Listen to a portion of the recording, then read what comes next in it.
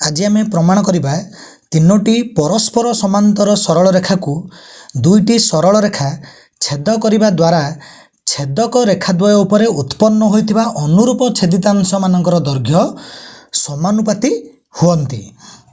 L1, L2 और L3 हेउछन्ति तीनोटी परस्पर समांतर सरल रेखा। एई तीनोटी परस्पर समांतर सरल रेखा को दुईटी सरल रेखा छेद करुछन्ति। एई छेदकर ना T1, एही छेदकर ना आमे T2 दे देबा। ताले L1, L2 और L3 तीनोटी परस्पर समांतर सरल रेखा को दुईटी छेदक रेखा T1 और T2 छेद करुछन्ति। T1 छेदक रेखाटी L1, L2 और L3 सरल रेखा को यथाक्रमे A, B और C बिंदु रे छेद करुछि। ठीक सेमती T2 छेदकटी L1, L2 और L3 सरल रेखा तीनोटी को यथाक्रमे D, E और F बिंदु रे छेद करुछि। वर्तमान ये तथ्य रे कोन देइछि ताकू दत्तरे लिखिबा। कोन देइछि तीनोटी परस्पर समांतर सरल रेखा को दुईटी सरल रेखा छेद करुछन्ति। ताले एठी हम लिखिबा सरल रेखा L1 समांतर L2 समांतर L3 एवं T1 और T2 छेदक रेखा L1, L2 और L3 त्रय को यथाक्रमे A, B, C बिंदु रे और D, E, F बिंदु रे छेद करंती। प्रामाण्य रे में कौन लिखिबा। कौन कहिछि जे छेद करिबा द्वारा उत्पन्न होइतिबा अनुरूप छेदितांश मानकर दैर्घ्य समानुपाती।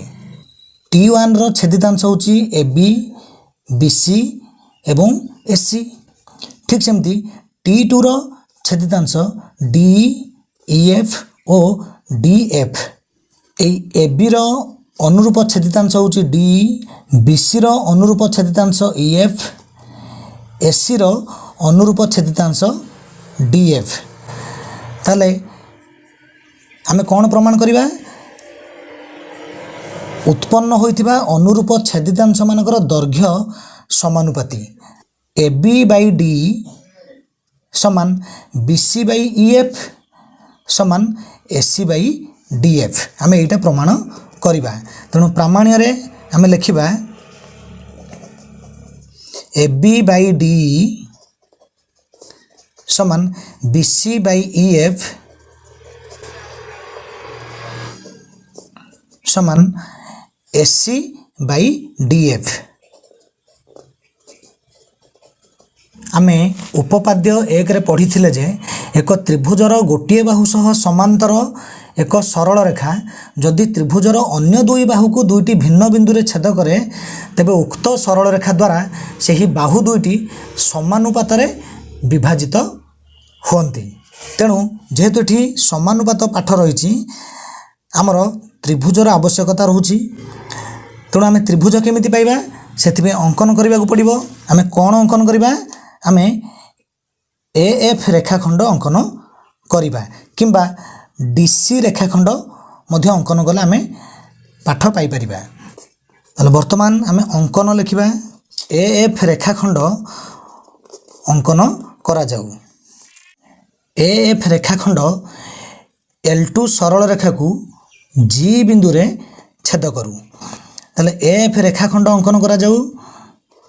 जेपरी AF रेखाखंड L2 को G बिंदु रे छेद करिबो। वर्तमान आमे प्रमाण करिबा।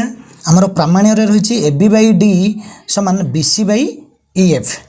एटा जहा ए BC को एठी कानिबा DE एठी कि नै जिबा। अर्थात आमे एकांतर प्रक्रिया जदि करिबा आमे कोन पाई परिबा AB by BC is equal to DE by EF। ताले AB by BC आमे केमिति पाइबा एई SCF त्रिभुज रे हमरो एटा या सहित समांतर तेणु AB बाई BC समान AG बाई GF पाई परिबा। ताले प्रथमे SCF त्रिभुज को नहीं आमे आलोचना करिबा। त्रिभुज SCF रे L2 समांतर CF Bahu. This implies AB by BC समान AG बाई GF। ताले एठी लिखिबा AB बाई BC समान AG बाई GF। एटा उपपाद्य 1 अनुଯାयी आमे एटा पाइले एटा को आमे इक्वेशन 1 नबा। एठी जदि आमे एकांतर प्रक्रिया करूचे ताले BC आसीबो एठी की D जीवो एठी की ताले AB by BC is equal to DE by EF। आमे DE बाई EF केमिति पाइबा ए DE आउ EF पाइबा पे हेले आमे AFD त्रिभुज विषय रे आलोचना करिबा।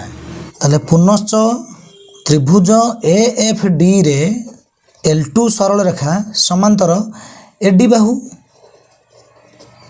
दिस इम्प्लाइज कौन हबो DE by EF is equal to AG by GF। एटा मध्य आमे उपपाद्य 1 अनुଯାयी पाइले एटा को आमे इक्वेशन 2 नै जिबा। ए इक्वेशन 1 एवं इक्वेशन 2 रु आमे कोन पाउछे AB by BC AG by GF संगे समान DE by EF AG by GF संगे समान। ताले एटा जहा एटा सेया ताले 1 ओ 2 रु आमे कोन पाइले AB बाई BC समान DE बाई EF। एटा को आमे इक्वेशन 3 नबा।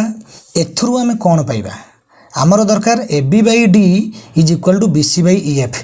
मु किंतु पाइली AB by BC is equal to DE by EF। ताले AB BC DE EF आमे पाई गले किंतु एही समानुपात आमे पाइले नाही। सेति पई आमे कोन करिबा एकांतर प्रक्रिया करिबा। DE एठिक आसीबो BC सेठिक जिवो। ताले this implies AB by DE समान BC बाई EF। एटा हमरो इक्वेशन 4।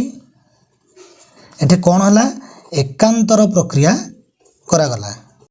ताले आमे AB by DE is equal to BC by EF पाई गले। ए जो AB बाई BC समान DE बाई EF वर्तमान मु कोन करबी उभय पार्श्व रे 1 जोग करबी। AB बाई BC प्लस 1 समान DE बाई EF प्लस 1 कले कौन हम ए BC AB सहित जाएंगे जोग हम जहाँफल आम AC पाई परिबा। ठीक सेमती ए EF DE सहित जोग हम जहाँफल DE प्लस EF कौन हो DF आम DF पाई परिबा। दिस इम्प्लाइज कौन हम एठी हर होची BC एठी हर होची 1 ताले लॉस आउ केते BC हर थेला BC लॉस आगु हेला BC बदलिला नहीं तेणु लब मध्य बदलिबो नहीं से AB रहिबो प्लस एठी हर थेला 1 लॉस आगु हेला BC तेणु BC गुणन करा जायछि तेणु ए लब रे आमे BC गुणन करिबा। ताले 1 गुणन BC केते सेही BC समान एठी मध्य से अनुसार हबो। ताले हरे रे रहिबो EF लब कोन हे जिवो DE plus EF। This implies AB plus BC हे जिवो SC बाई ये रही BC समान DE प्लस EF कौन हो DF बाई ये रही EF। एठी में कौन प्रमाण करिबा BC बाई EF हम SC बाई DF। तो ये BC रही एठी EF रही एठी SC रही एठी DF रही। ताले वर्तमान आमे कौन करिबा एकांतर प्रक्रिया करिबा।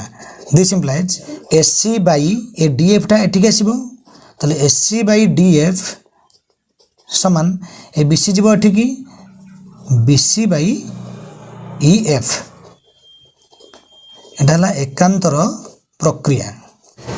एटा को आम इक्वेशन 5 नबा। ताले इक्वेशन 4 आउ 5 आम कौन देखुचे A B by D is equal to B C by E F. एठी कौन पाइले A C by D F is equal to B C by E F. ताले एठी रही B C by E F, एठी मध्य रही B C by E F.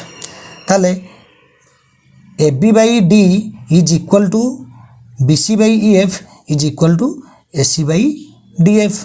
ताले इक्वेशन 4 ओ 5 रु आम कौन पाइले A B by D is equal to B C by E F. से B C by E F आमर A C by D F संगे समान, तेणु is equal to A C by D F. आम प्रमाण करदे, तेणु ये लिखा प्रमाणित। आम प्रमाण कले जे तीनोटी परस्पर समांतर सरल रेखा को दुईटी सरल रेखा छेद करने द्वारा छेदक रेखाद्वय उपरे उत्पन्न होइथिबा अनुरूप छेदितांश मानकर दैर्घ्य समानुपाती, अर्थात A B by D is equal to B C by E F is equal to A C by D F. सेथुरु आमे कौन पाई परिबा A B by B C is equal to D E by E F. आउ कौन पाई परिबा B C by A C is equal to E F by D F. केमिति प्रथमे आमे एटा प्रमाण करिबा। ताले एठी रही कौन A B A C D E D F. एठी A B A C D E D F यही दुईटी अनुपात रही। ताले आमे प्रमाण करिछे जे A B by D is equal to A C by D F. वर्तमान एटा प्रमाण करबा गले हमको कौन करिया पड़ियो केवल एकांतर प्रक्रिया करबा को पड़िबो, अर्थात ए सी आसीबो एठिकी डी जीवो सेठिकी। ताले A B by A C समान डी एठिकी आसीबो हे जीवो D E by D F. एठी लिखिबा प्रमाणित। वर्तमान एटा केमिति प्रमाण करिबा एठी कौन कौन रही B C A C E F D F. B C A C E F D F. ताले एटा में आगुर प्रमाण करिछे B C by E F समान A C by D F. आमर दरकार B C by A C, A C एठिक आसीबो ई एफ सेठिक जीवो। ताले B C by A C समान E F by D F. एटा एकांतर प्रक्रिया। ताले ये मध्य प्रमाणित।